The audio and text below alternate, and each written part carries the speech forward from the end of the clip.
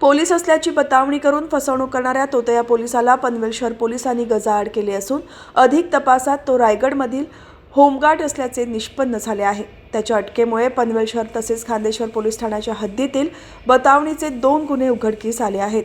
श्लोक म्हात्रे हा त्याच्या मित्रासह सीकेटी कॉलेज जवळ असताना एक इसम त्याच्या जवळ आला आणि त्याने आपण पोलीस असल्याचे सांगून वडाळे तलाव येथे काही मुलांनी भांडण केले आहे आणि ते पेंटचे आहेत असे सांगून त्याने माझ्याबरोबर पनवेल शहर पोलीस ठाण्यात चल असे सांगून त्याला सोबत घेतले आणि त्याच्या गळ्यातील 70,000 रुपये किमतीची सोन्याची चेन हिसकावून तो पसार झाला।